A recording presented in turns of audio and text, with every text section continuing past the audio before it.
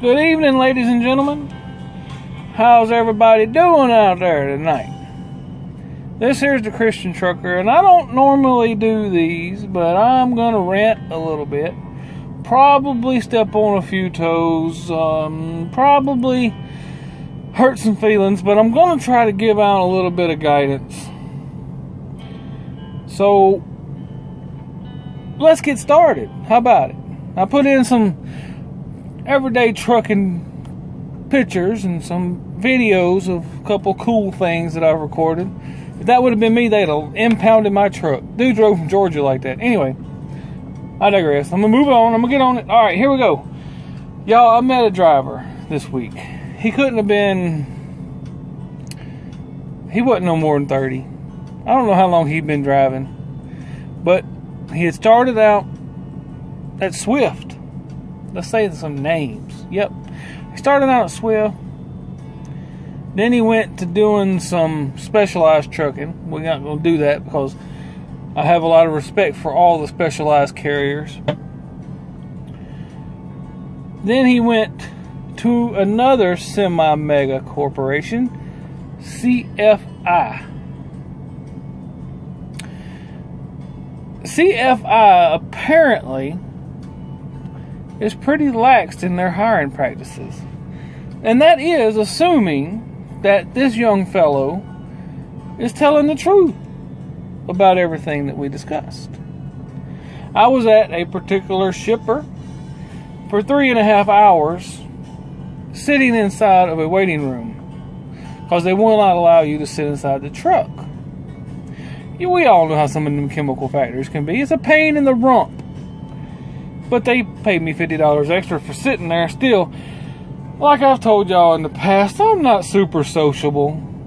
And I'm not a very good conversationalist. Honestly, that's one reason why I like YouTube. I can listen to y'all's points of view. And then I can put out my points of view. And people will like it. Or they don't. They can move on. Or they can comment. It's a lot simpler than sitting down and having a dialogue, because a lot of people just talk right over you. And I try really hard not to do that. But that's a big thing in conversations. It seems like, I don't know, it's just people like to talk over you, and your opinion is really not quite as important. So I find it more useful to listen to everybody else, and then I form my own internal opinions based off of what others say and based off of what I study, and then that's how I come up with my theories, philosophies, and, mental derangedness. Anyhow, this young driver, back to the story, well, the things he was saying, needless to say, bothered me. And it made me think about some of the things that are not being taught to our younger drivers. First thing is, he was working with Swift, right? Well, we all know how the mega companies can be. When they hire you on and they train you, you're theirs for a year. You're basically a slave. You do what they say, or you're going to have to pay this enormous bill for your school. Well, they were doing that to him. They wasn't taking him home, and they wasn't blah, blah, blah. Well, he was bragging that he pulled up at a scale house, and he gave them the keys to the truck and walked off and left it at the scale house with the DOT officers. Now, first of all, I didn't know that was completely legal for him to do. And secondly, if they won't send you home and you're tired of their junk, you fill that truck up with diesel on an empty run, and you turn around and you head to a terminal. Or you turn around and you drive it home and park it at your house and let them come get it, but they're still going to charge you, and you're going to get an abandonment. That's the first thing that he was talking about that bothered me. Now, he had an abandonment with Swift, but he still got a job over there at CFI. And then the second thing we were discussing was he was going down the road and there was a Prime team that kept pulling up, passing him and stuff, because one truck's heavier than the other. It can go faster uphill than the other can. God forbid there was a true owner-operator behind them trying to get around them. From what it sounded like, it was a slow-rolling roadblock between these two. Well, actually three, because there's two in one truck. And eventually, he pulled into a rest area, and they pulled in behind him, and they wanted to fight him because apparently they were making gestures across the highway at each other. Well, he supposedly, didn't get into it. He scared them off or whatever. They go in the restroom, and he's leaving out, and they run to the truck to try to carry on. But what he did before they got back to the truck was pulled their pin. And supposedly, whenever they pull forward, they dropped their trailer because they were in a hurry to catch up to him. Now, there's a lot of things, but I think it's an unwritten law among truckers that's one of the dirtiest things you can do to somebody. It's to yank their pin.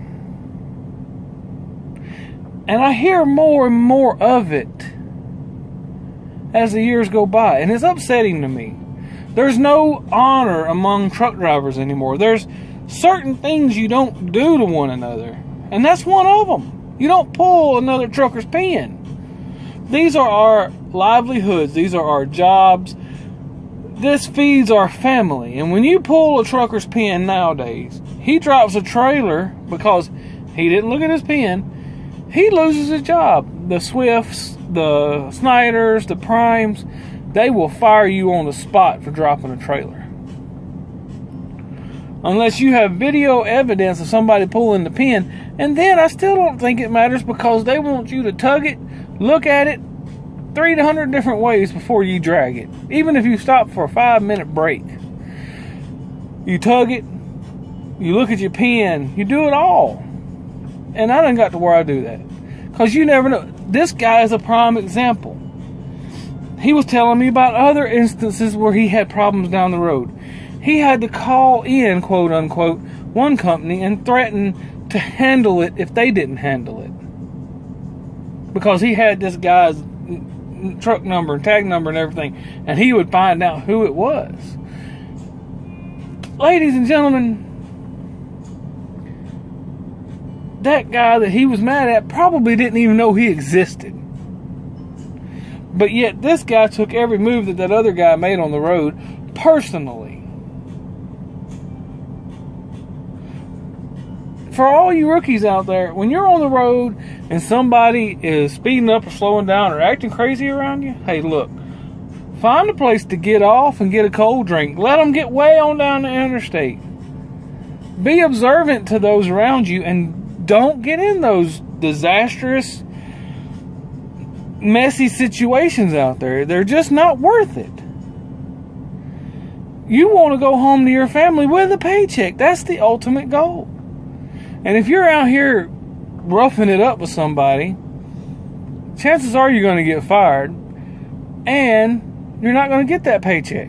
Or you're going to end up in the hospital, or you're going to end up dead. How many drivers do we hear about getting dead? It seems like it's more and more each year we see those articles. Drivers got shot. Drivers in a fight. What was it? Last year, Swift driver was beat up. And she was a girl. Beat up by a dude right in front of the camera. And other people wasn't even doing nothing to help her. And then he was discussing this situation he had with his dispatcher. Alright? His dispatchers with Swift were supposedly calling him in the middle of the night and waking him up out of his sleep period. So he tells them next time they call him during the middle of his sleeper berth, he's going to go over there and hit on duty and then talk to him. And he's going to take a whole nother 10-hour break. Now, ladies and gentlemen, that's just not the smartest thing he could do. It's going to kill his hours, and it's going to cut his money. If you don't want him calling you, just silence your phone. Have a second phone. I don't care. But to get in an argument with your dispatcher over them calling you and saying, hey, I'm going to go on duty if y'all keep doing this, so I don't have any hours to make any money. It's not exactly brilliant. You're not hurting them. You're just going to be hurting yourself. They're going to be home tonight. Are you? Now, finally, let's talk about CFI and Swift. Swift has some policies that the drivers don't like. They're a mega company. They're going to be micromanaging. You're probably going to have 300 people call you. Get used to it. CFI, I have to wonder about your hiring, the way you do background checks and stuff. If this was true and you're hiring a guy that's already abandoned a truck and it's probably got others tarnishes on his record from what I was understanding. And I met a couple other of y'all's drivers down there, and it's just, I know drivers are hard to get, CFI, but too much of this and people are going to start researching your company, and that wouldn't be a good thing. Okay, let's talk about some tips to all you new drivers. First thing you need to understand: companies lie, dispatchers lie, truckers lie, shippers lie, receivers lie, brokers lie. Just stay calm, stay cool, be respectful, and do your best. Everybody out here is out to make it as easy and as profitable for themselves. I have not met hardly anybody out here that has been worried about a driver before they were themselves. Okay? You look out for yourself first. You can't help nobody or do any good if you can't keep yourself afloat. Keep yourself afloat first, then you can turn around and maybe help somebody or so, you know. I learned that a long time ago. I used to try to help a lot of people, but then it got to where I didn't have no way to keep myself afloat. And if you can't sustain yourself, you can't sustain nobody else. And that's part of the reason why I don't get involved in a lot of stuff now. I'm too focused on trying to bring myself up so that in the future I can get more involved about helping others. Because, like I say, you have to be able to sustain yourself and your family before you can help others. And before you help others, you need to make sure there's nobody in your family that really needs help. You need to set priorities for yourself, your family. For me, it goes God, wife, child, extended family. You need to set those priorities. You need to have those goals in your life. It gives you the structure. Just like family comes before job, family comes before state, country. The country and the state are there to protect you all, but if you can't keep your family strong, the country really has nothing to protect. I don't know if that makes sense to y'all. Anyway, let's keep going because I'm running out of time. Always read before you sign. That's a big thing going on right now. Everybody's talking about contracts.